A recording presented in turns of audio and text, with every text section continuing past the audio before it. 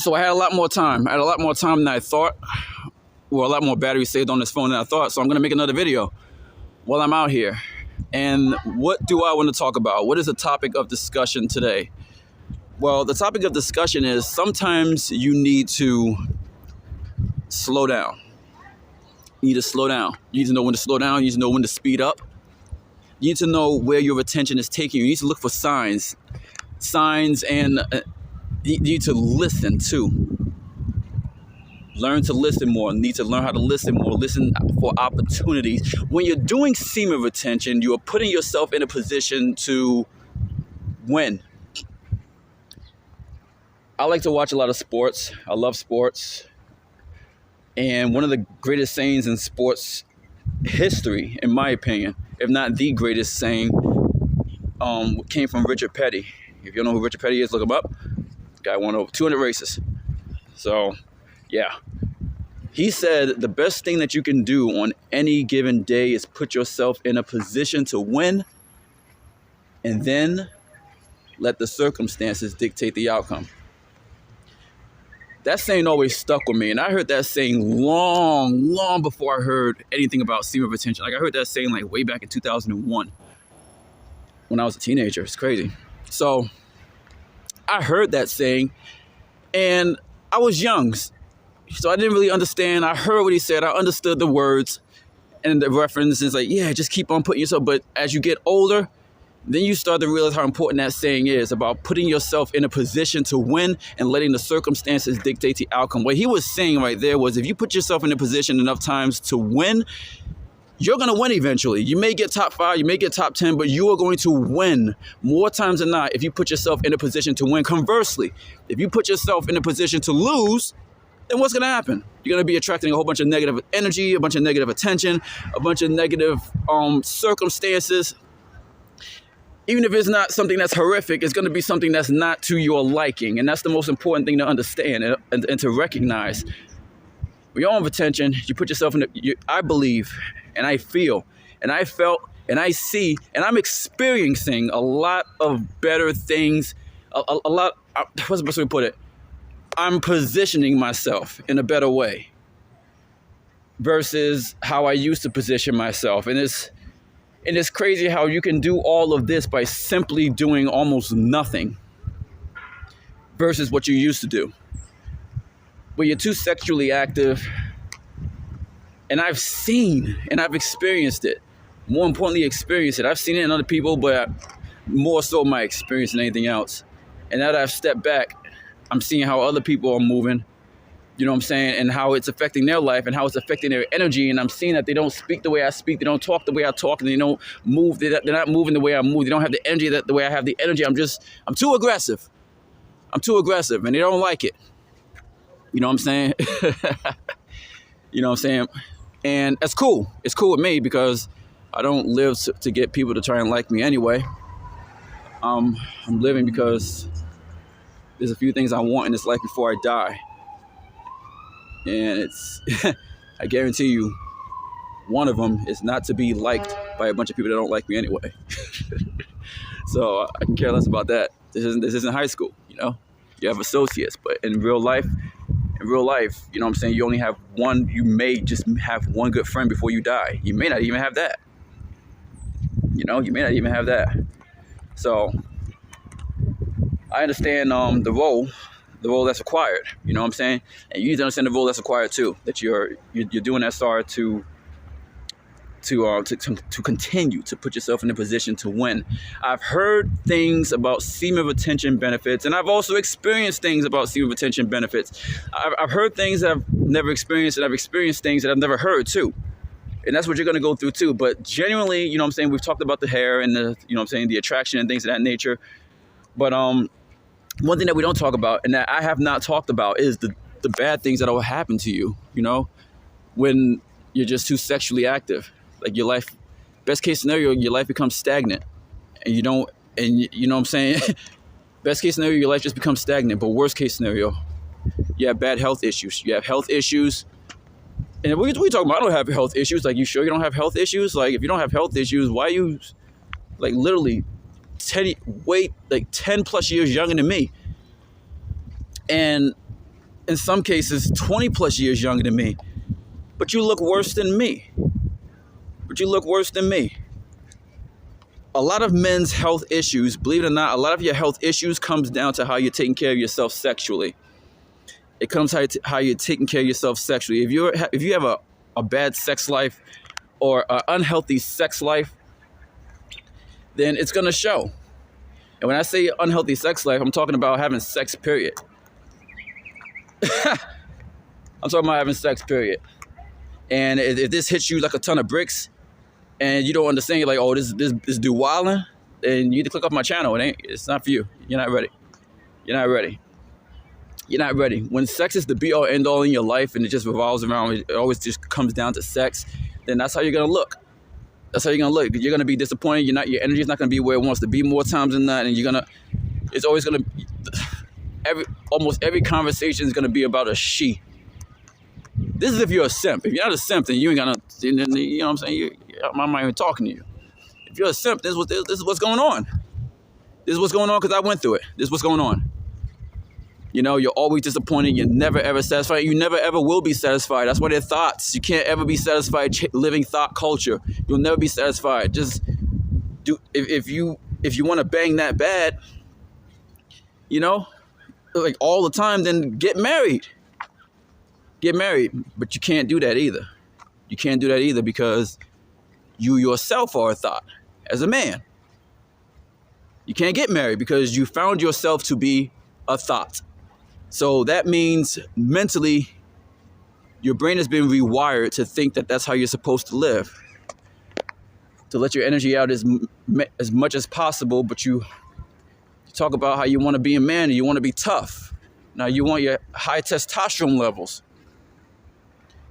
And how you want to have big muscles and all this stuff, Well, I'm going to tell you right now, you want to live thought culture, but call yourself trying to be fitting as anything, here's what's going to happen to you. That's what fitness is going to say to you. I don't care. Well, this guy is doing that and this guy is doing that. Well, that's what they're doing. And he looks like this and but that's what they're doing. The thing about it is you don't understand. You're missing the entire point that you only live one life, and life is your potential is almost limitless in regards to what you can be, unless you're satisfied being. Just like you can look at my shorts. I'm wearing a sweater right now, but look at my shorts and you see what I look like. And a lot of people tell me, and I get it all the time, man, if I had that kind of body, I wouldn't worry about half the stuff that you worry about. And now I don't even laugh because they don't understand.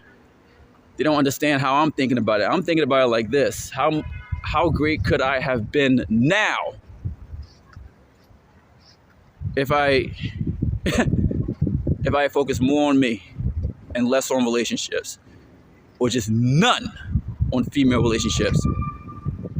So I look at my body now and I look at my mind now and I see my life now, and I understand there are people that have way worse things to go through in life. And I'm not complaining about my life whatsoever, but just like any other man in the world, any person in the world, you want more out of your life. You should want more out of your life. Even if you're a minimalist, you should want something out of your life, right? You should want the best for yourself, right? I think so anyway. But, sometimes people just don't understand that it's how I look at myself. And it's how you need to look at yourself also. If you're someone that's in shape, like me, but you're still not satisfied, then you understand. If you're not in shape and you're not satisfied, then of course I understand even more. But I understand, and I can relate to men that aren't satisfied with their life. But not just not satisfied, but want to do something about it. Want to take actual steps. Big man steps, big boy steps. I'm not talking about some small steps. I'm talking about big boy steps. This is big boy stuff right here. Semen retention is big boy stuff. It is big man stuff. It is men's stuff. It's not for little kids. And I'm not talking about the niños. I'm not talking about actual little kids that are like 9, 8 years old. I'm talking about it's not for anyone that's 45 years old that has the mind of a 10-year-old. It's not for anyone that's 50 years old that has a mind of a 16-year-old.